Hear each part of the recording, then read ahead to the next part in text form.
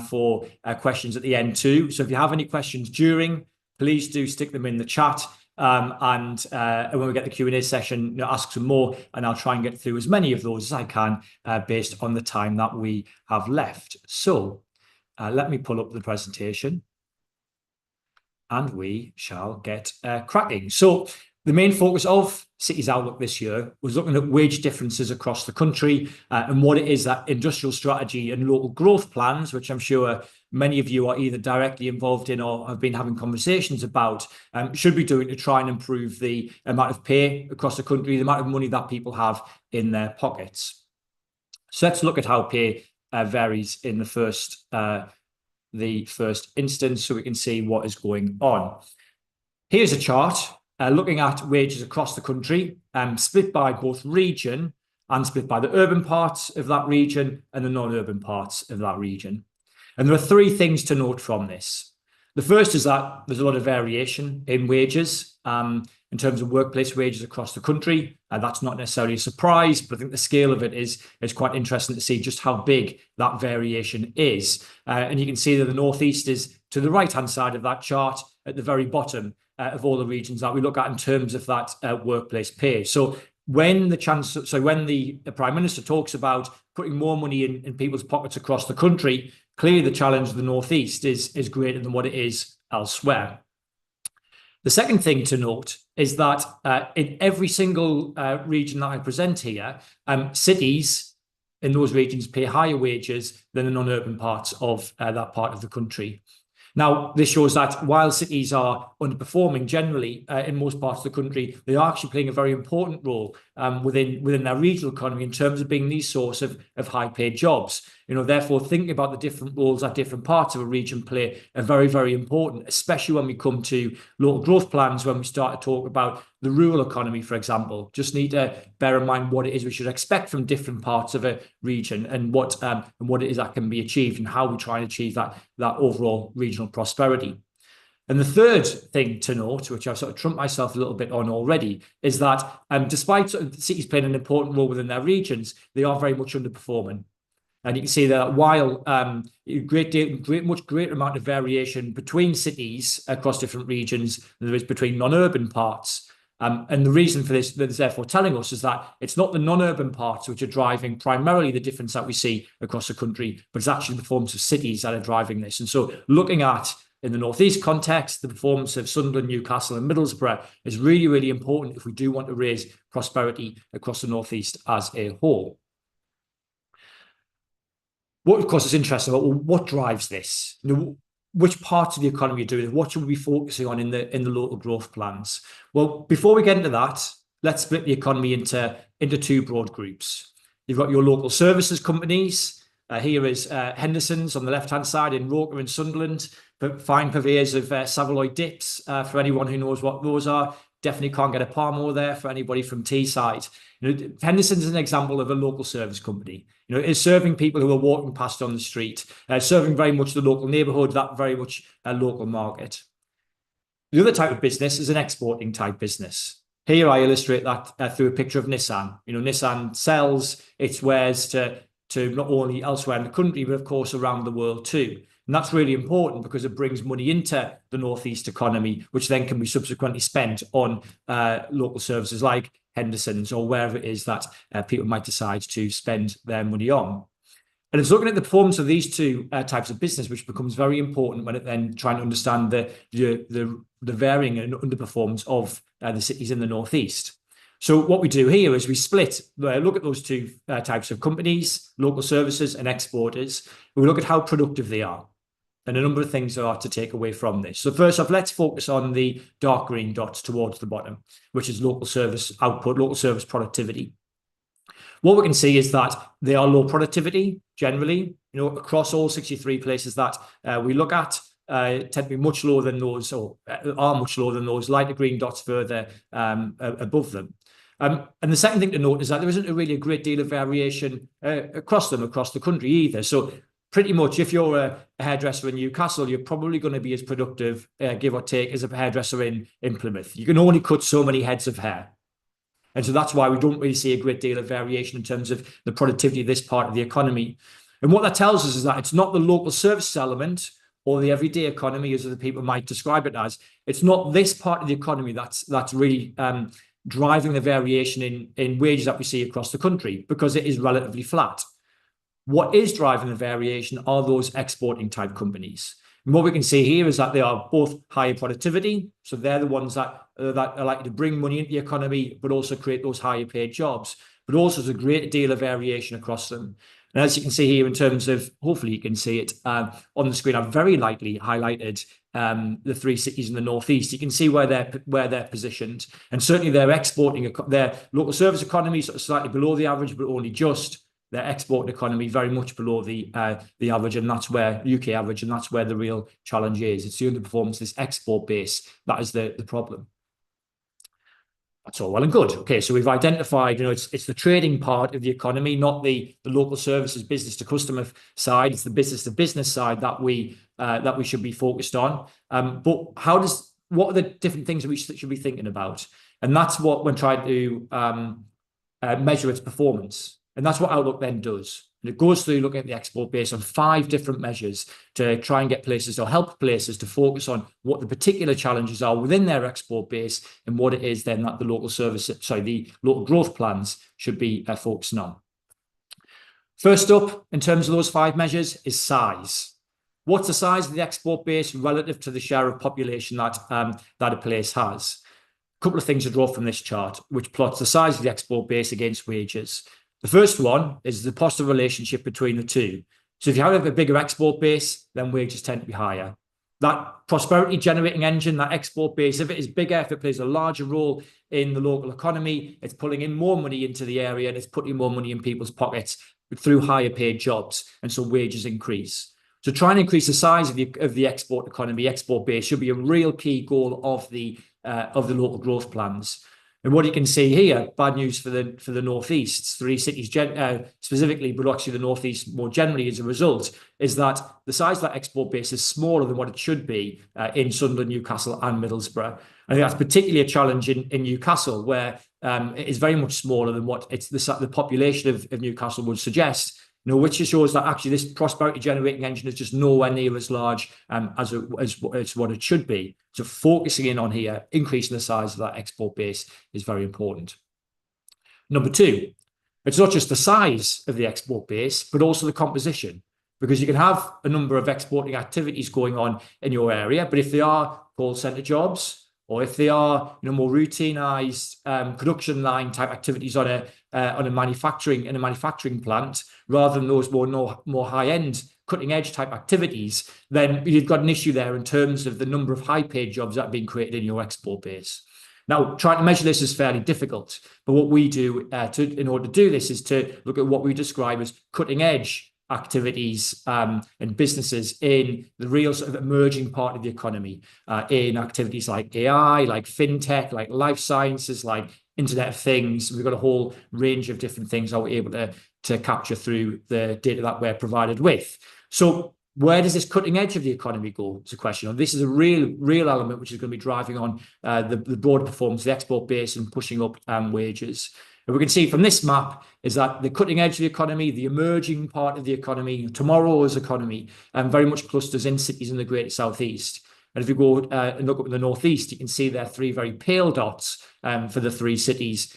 All 3 have not been particularly successful at attracting, retaining and growing this real sort of emerging part of the economy, which is likely to drive tomorrow's growth. And that's a particular challenge in Sunderland, especially, which comes bottom of all 63 cities when it comes to looking at these cutting edge companies and how many of those companies it's got. So really that part in particular, that composition part of the export base is very important about how attractive are the 3 northeast cities, not just the exporting activity in general, the exporting businesses, but the real sort of high-end cutting edge element of it. Number 3, in terms of our measures, is adaptation.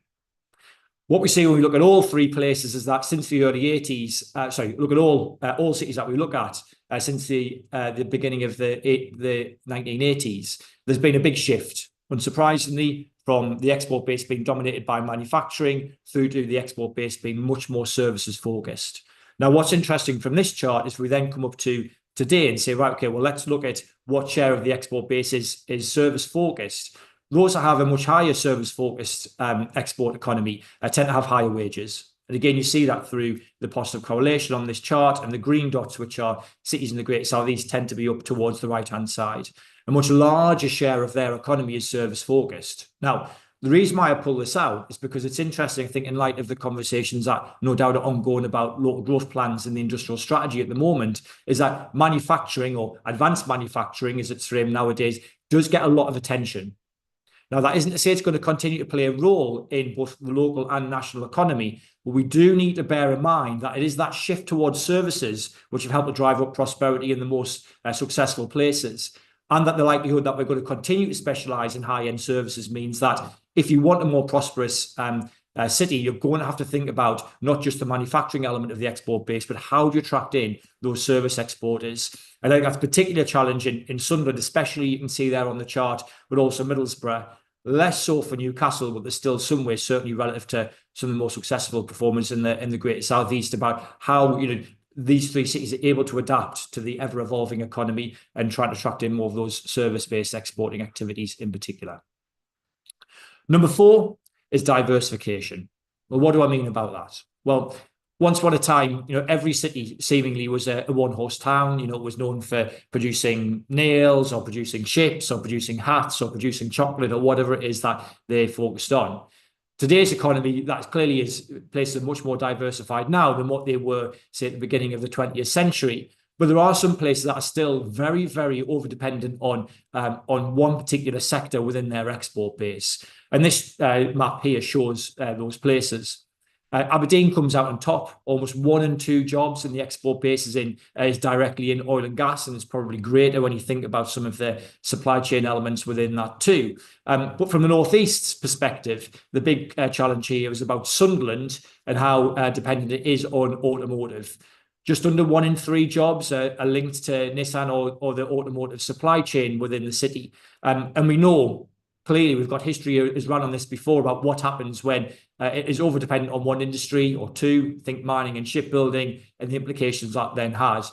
The real challenge for Sunderland in particular, but the Northeast more generally to some extent, is how do you try and diversify away from car manufacture? It isn't to say that car manufacture hopefully will continue to play a role in Sunderland's economy and the Northeast economy for many decades to come, but being so reliant on that one industry, really does put the city and the region to some extent in a bit of a vulnerable position. And trying to think about how you generate more prosperity, contributors to prosperity, is going to be important. And that's why I think the development around Sunderland City Centre and the film studios is very interesting in terms of attempts to try and do just that, to push down that percentage. Doesn't mean the number of jobs in car manufacture goes down, but it means they play a smaller role in the export base. You are pulling in money from elsewhere, from other parts of the export base too. You can see there from the smaller dots, Newcastle and Middlesbrough have a much smaller challenge around this. And actually their export base, although not functioning particularly strongly, it is at least diversified, and it isn't just relying on one particular industry. If you have those questions that are in your minds, please do type them in as well. I've had a couple that have come in already. 5th and final measure is location. Now, I've touched on this already in terms of the importance of cities, but this drills down a little bit more. And it looks at that cutting edge part of the economy in particular, and where do these cutting edge firms locate? What this does is it splits the UK as a whole into 4 areas. You've got city centres, suburbs, hinterlands around cities, so that commutable zone within around cities, and then deep rural areas. So in the Northeast, the hinterland area would be Blyth or Cramlington, for example. Falling into the deep rural areas would be Berwick and Northumberland. But this is UK-wide. It gives you a sense of what the figures look like. What we can see here is that the 2 dark green, so the 2 green circles, so city centres plus suburbs, account for about 8.7% of all land. If we then look over to the right-hand side, which is the share of all cutting-edge companies that locate in this area, you can see there that it's about 61%, the 2 green circles, of cutting-edge companies that locate within cities. So 8.7% of land, 61% of the cutting edge of the economy. This is particularly the case if you look at city centres. So just 0.1% of land covered by city centres, but 18% of all of the UK's cutting-edge companies are based in these very, very small parts of the economy. Why is that? Well, because city centres in principle offer real benefits in terms of access to a large pool of workers and access to other knowledge-based businesses that they might want to interact with in a way that deep rural locations just can never offer that.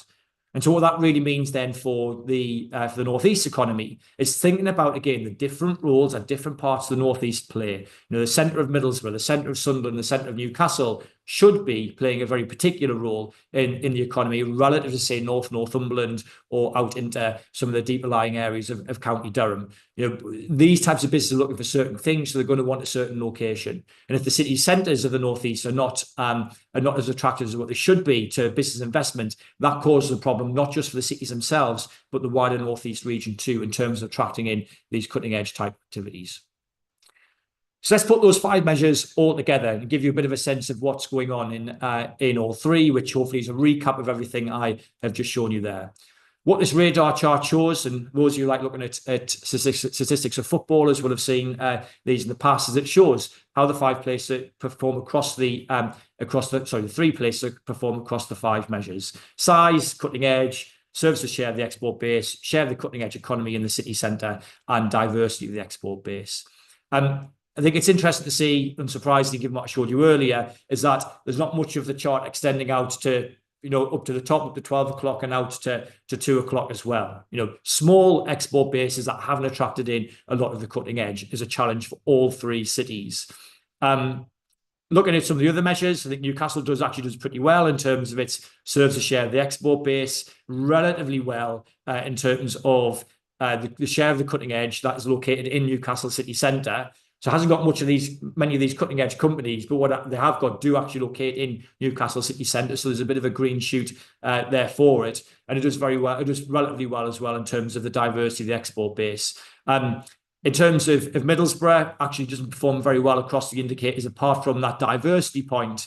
And then in terms of Sunderland, again, struggling across the majority of the indicators. The one bit where it spikes out is of the cutting edge companies it has, a relatively large share of them do locate in the city centre. That is good news.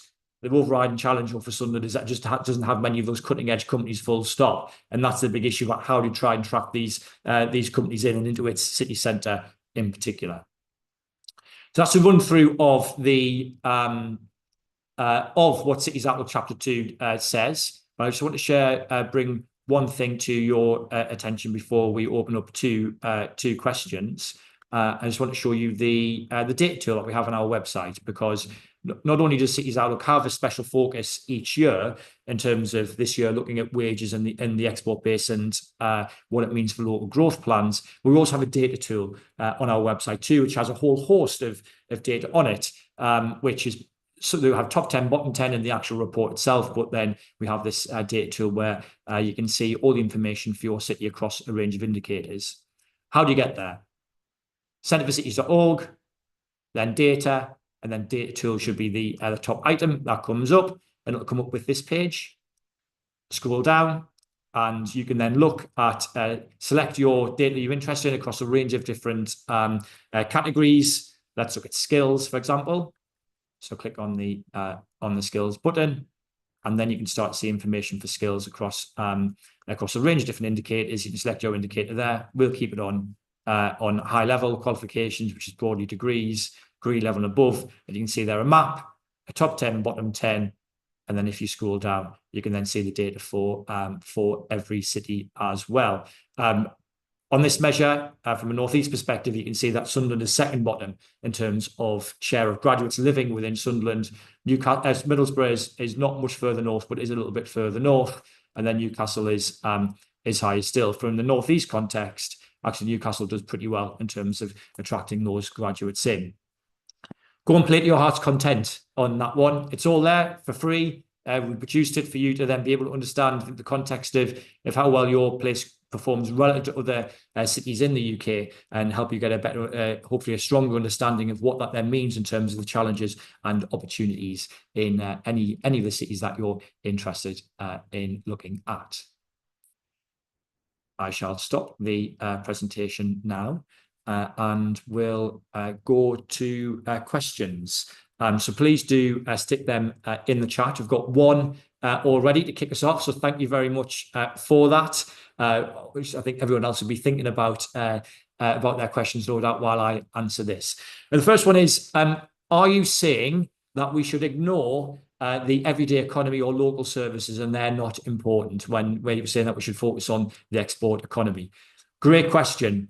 The short answer is no, we're not saying that. The longer answer is that it's probably not the place of the local growth plan to be trying to deal with issues around shops, bars, restaurants, that sort of everyday economy, local services type activity. The job of the local growth plan is about how do you try and attract in the prosperity? Because if you haven't got the export engine performing well in the first place, bringing that money into the local economy, then there isn't the money available then to go and spend it on the high street or whatever else that people might want to go and spend it on locally. So you've got the links between the export base and the local services, but local services are sort of downstream from the export part. If you don't grow the size of the pie here, then you're not going to have a strong performing high street as a result. And I think you can go and see that. I've showed you here that the export base of the cities doesn't perform as well as maybe what we would like, certainly relative to how well it performs nationally. If we then go onto the high streets of many parts of the northeast, be that in the centres of the big cities, but also a number of the other places too, and you'll see that actually the high street is struggling in those areas.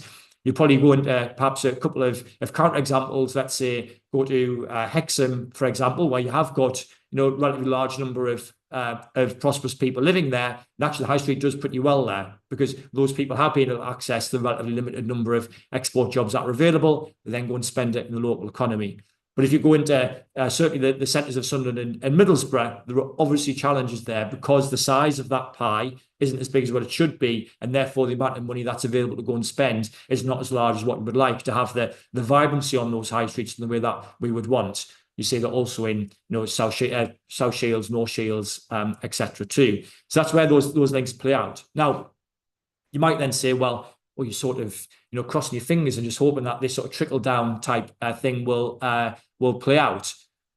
That's not the case. There is room for direct involvement from policy, particularly if we want to talk about inclusive growth. But these are much more through labour market policies rather than productivity style policies, which fall under industrial strategy / local growth plans. And so things like national minimum wage or regulation of the labour market or tax and benefits, for example, they're the types of things that we'll be employing to try and make sure that people who are working in local services are getting the deal that perhaps people want them to get. But that's sort of productivity intervention, that is a labour market intervention, and it's probably a national labour market intervention as well as a local one too. So it's important to split these things out, understand what it is we want to achieve, but understand how we go about achieving it rather than necessarily diving straight into, okay, we're going to do something about inclusive growth. Well, if you haven't got growth first, then it's going to be difficult to redistribute it. Or we're going to do something about the high street. Well, if the export economy is not performing, then just doing something about the high street in absence of trying to improve that export base is going to be a challenge because you're not increasing the amount of money that people can spend, which is ultimately the constraint in terms of the performance of the high street, or indeed other local services. Got some more questions that have come in. So, nice one. So Archie asks, is the Northeast, because of its cooler weather and because of the growing interest in this in data centers, mean that it's a good spot for data centers to come and be placed? So interesting about the weather one. I hadn't thought about that one before. It's interesting, I think, in terms of discussion we've had around data centers in the last, not only I think it feels like the last few weeks, if not the last few months, where this has really started to come to the fore. And it does feel a little bit like data centers becoming the latest shiny thing in local economic development. Before that, we had gigafactories. It seems like now even we've cooled on that. And indeed, that place in Blythe is a sort of a microcosm of that there was going to have a gigafactory. Now it's not. Now it's going to have loads of data centers on it instead. The key thing to think about with data centers, or indeed any other thing that we talk about, is it sort of replicating what the Northeast has, which is another set of lower skill type export jobs and exporting activities, or is it actually going to bring in some of that more higher value type content? Is it the design of something where the high wages are, rather than just the production of it or the building of it, where that tends to be more routinized, tends to be a lower value activity. In terms of the specific way that data centers are set up, I'm no expert, so I don't know a great deal about how many jobs are low skilled, how many jobs are high skilled. But that's the question to ask. Are we just bringing in more low skilled jobs, which might help with the size element of the export base, rather than bringing some of those higher paid jobs and trying to sort of reinvent the economy of the Northeast? And that's the thing to drill down on with that, and whether that is actually part of the answer or not. Great. Got a question from Alan about how we define cities. That's a good one in this instance. Sunderland is Sunderland Local Authority only, because the build-up area of Sunderland fits Sunderland Local Authority. Newcastle is Tyneside, so North and South Tyneside, Gateshead and Newcastle, because the build-up area of Newcastle expands out from the beyond Newcastle Local Authority boundaries only, as you note in your question. And then Middlesbrough is Middlesbrough, Redcar and Stockton, because again, the build-up footprint of Middlesbrough extends out beyond the local authority, and we're trying to capture the size of where the economy actually operates over, rather than just council boundaries. So all the figures I presented today are based on that basis, and hopefully tries to make not only the 3 cities in the Northeast as comparable as possible, but actually as comparable as possible to the other 60 places that we look at. Got a question about Reading and Slough, about why are they so much more productive? Some of it is because they've got a lot of high value activity going on in there, particularly Reading with its IT and communications. Some of it we suspect maybe the data is a little bit inflated, especially for Slough's instance, which it might actually be something to do with data centers as it happens, and the way that ONS struggles to capture them. While the figure for Slough may be a bit inflated and higher than maybe what we'd expect, we definitely do still think, though, that it is certainly one of the most productive parts of the UK economy. And so trying to think about where the cities of the Northeast are ranking compared to those in the Southeast, and what that means in terms of the size of the catch-up required, but also the interventions required, I think are very, very important. Craig Talentire has got a great question, one of my favourites. I'll try and rattle through these last 3 before 12:30 as well. So to what extent can awful public transport and sprawl of the area be seen as a key reason for its failing? Given that we don't tend to get big infrastructure investments, how do we tackle that? Now, Craig, I'm really pleased that within that you noted sprawl as part of this. And it is really very much the sprawling nature of the Northeast economy that I think is a real challenge, in that, in the 80s and 90s, we saw the cities were struggling. So we went all in on out-of-town business parks and industrial parks, and enterprise zones were a big part of that, subsidizing that out-of-town space. We've seen a similar thing, I think, in the way that we've built houses over the last 30 or 40 years too, which means that we've got a very car-dependent economy. It's very hard to serve that by public transport when things are so spread out. So then people do drive, because the car is just always going to be better than public transport in that respect. I think if we are going to see an improvement in the demand for public transport, then we are going to have to see Sunderland, Newcastle and Middlesbrough centres really playing a bigger role than what they do currently. So people are starting to point into one place. And bringing in those high-skilled jobs that want a city centre location not only boosts wages, but also will start to tip the balance in terms of whether people find it easy to get in the car or get on public transport. I think then we can start having conversations about investment in public transport, because the challenge at the moment is that demand is low because everything is so spread. If we try and make things a little bit more concentrated and raise that demand, then investment in that public transport, I think, will have a much bigger impact on the region's economy rather than maybe what it would do today, or at least doing those two things hand in hand. I think the announcements around the Leamside line in the last couple of days are interesting. There is a question there about what constraint is that trying to solve, and is that really the problem, or are the problems much more around sprawl and also around skills too? Something to consider. Right, it's 12:30. Let me run through these last 2 questions very quickly. Geraldine first asks, what's our view on identifying priority tradable sectors? So basically looking at the things that are already there relative to what you don't have. I think the key thing is thinking about that cutting edge of the economy. How do you try and make a place attractive to the cutting edge of the economy? But the interesting thing within that is that if you're attractive to one type of cutting edge, let's say life sciences, it also tends to be the case that you're attractive to a whole range of other cutting edge activities as well, because you're offering a basket of benefits that benefit all of those sectors.